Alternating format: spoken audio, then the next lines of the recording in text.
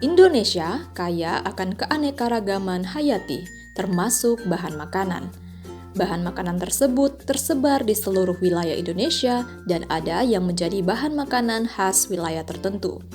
Bagi ibu hamil yang berat badannya kurang atau lingkar lengannya kurang dari 23,5 cm yang disebut dengan kurang energi kronik, perlu makan makanan yang sehat dan teratur. Cara sederhana pemenuhan kebutuhan gizi ibu hamil adalah dengan menerapkan prinsip gizi seimbang yang diwujudkan dalam isi piringku pada setiap kali makan.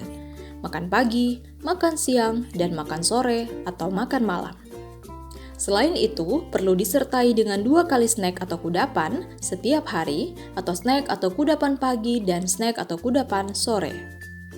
Beragam jenis pangan dalam isi piringku dapat dikelompokkan menjadi 6 kelompok pangan, makanan dan minuman, yaitu 1. Makanan pokok. Sebagai pangan sumber karbohidrat seperti nasi, singkong, kentang, sagu, jagung, dan pangan pokok lainnya.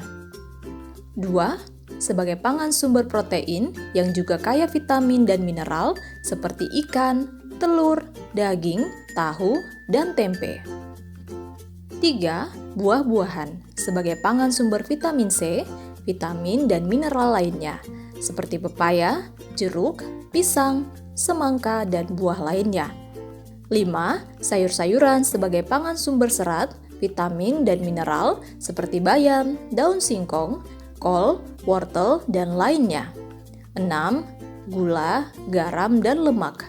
Biasanya digunakan dalam pengolahan makanan dan perlu dibatasi agar tidak berlebihan.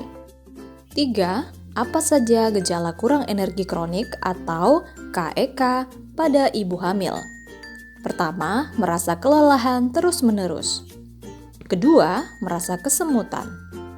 Ketiga, wajah pucat dan tidak bugar. Keempat, sangat kurus. Indeks massa tubuh kurang dari 18,5. Kelima, lingkar lengan atas kurang dari 23,5 cm. Keenam, mengalami penurunan berat badan dan kekurangan lemak. Ketujuh, menurunnya kalori yang terbakar saat istirahat. Kekurangan energi kronis atau KEK yang dapat berdampak pada banyak hal, seperti perilaku dan kehidupan sosialnya. Hal ini disebabkan karena kondisi fisik yang tidak memadai akibat KEK pada ibu hamil mengganggu aktivitas dan kapasitas fisik dalam melakukan kegiatan sehari-hari. Kekurangan energi kronis dapat meningkatkan resiko kematian pada ibu hamil dan mengganggu kesehatan janin karena kondisi ini bisa menyebabkan persalinan menjadi lebih sulit. 5. Beberapa penanganan KEK pada ibu hamil yang bisa dilakukan dengan perubahan pola konsumsi makanan adalah pemberian makanan tambahan atau PMT pada ibu hamil. Adapun makanan tambahan untuk ibu hamil kurang energi kronis yang bisa rutin dikonsumsi adalah biskuit ibu hamil, makanan tinggi kalori, makanan tinggi protein, hingga makanan yang mengandung zat besi. Pemberian makanan tambahan atau PMT dan pelayanan kesehatan dasar seperti yang dijelaskan merupakan sebuah program yang bertujuan memelihara kesehatan bayi dan balita, memastikan tumbuh kembang anak sesuai dengan umurnya, dan mencegah stunting atau tubuh kerdil. 6. Faktor-faktor yang mempengaruhi kualitas tidur dan gizi selama kehamilan. Kelelahan yang berlebihan pada setiap trimester kehamilan berhubungan dengan kualitas tidur.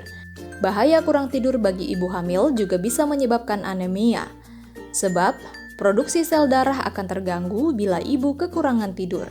Kalau sudah begitu, distribusi oksigen ke seluruh jaringan tubuh, termasuk janin, bisa terhambat.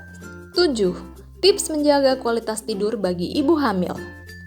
Pertama, aktif bergerak. Olahraga teratur penting selama kehamilan untuk membuat fisik tetap sehat, bugar, dan berenergi. Olahraga juga bermanfaat untuk meningkatkan kualitas tidur. 2. Mengurangi stres. Stres, kecemasan, dan perubahan suasana hati bisa menjadi penyebab utama dalam mencegah tidur malam yang nyenyak. Ketiga, tidur siang. Jika ibu hamil tidak cukup istirahat di malam hari, pertimbangkan untuk tidur siang guna membantu mengurangi kelelahan. Keempat, Mengambil terlalu banyak cairan bisa membuat ibu hamil harus sering ke kamar mandi. Tipsnya adalah minum banyak cairan di siang hari dan kurangi minum sebelum tidur untuk meminimalkan buang air kecil di malam hari.